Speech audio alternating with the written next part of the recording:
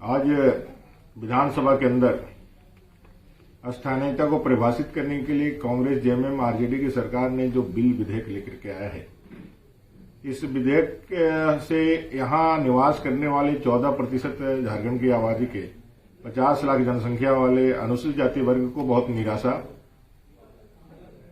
निराशा हुई है। इस पूरे विधेयक में अनुसूचित जाति को अधिकार देने के लिए, उनको संरक्षण देने के लिए कहीं भी जिक्र नहीं किया गया है।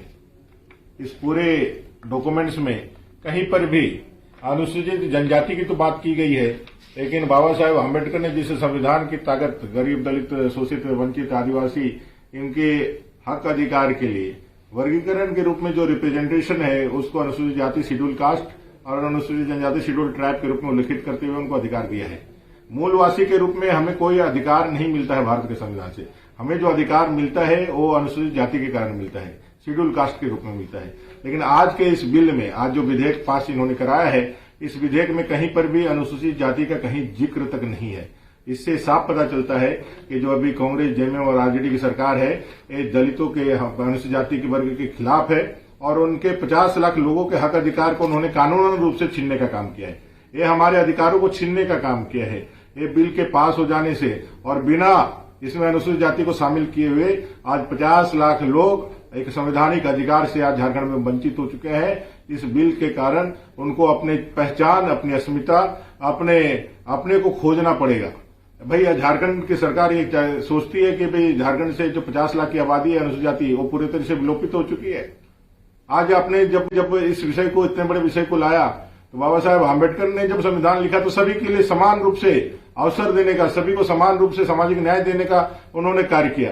लेकिन आज जब आप इस बिल को लेकर के आए तो बाबा साहेब के अनुयायियों को, बाबा साहेब के वंशजों को आज आपने देश की आजादी के 75 साल में कांग्रेस, जेएमएम और आरजेडी की सरकार ने पूरी तरह से झारखंड में वंचित कर दिया है। इस बिल के, इस अनुसूचित जाति के लोगों को जोड़ने के लिए और ये बिल को संशोधित करने के लिए हम लोगों ने प्रयास भी किया, लेकिन किसी ने कोई सुना नहीं।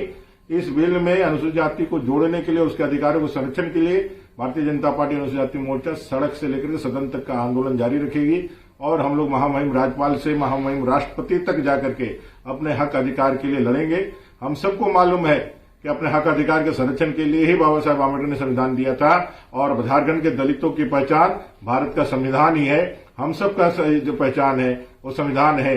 इस दलितों की पहचान भारत का संविधान, इस संविधान के प्रकाश के आलोक में इस सरकार के जो आज तुष्टीकरण की राजनीति के पराकाष्ठों को पार करके वोट बैंक की राजनीति करने के लिए ये जो विधानसभा और विधायिका का जो इन्होंने प्रहसन किया है, उसको खत्म करते हुए फिर से अनुसूचित जाति वर्ग के लिए उनके अधिकारों को संरक्षण करने के लिए हम लोग सड़क से सदन तक का आंदोलन करेंगे।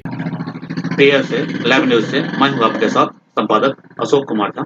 हम फिर मिलेंगे आपसे बेहतरीन और ताजा खबरों के साथ। नमस्कार।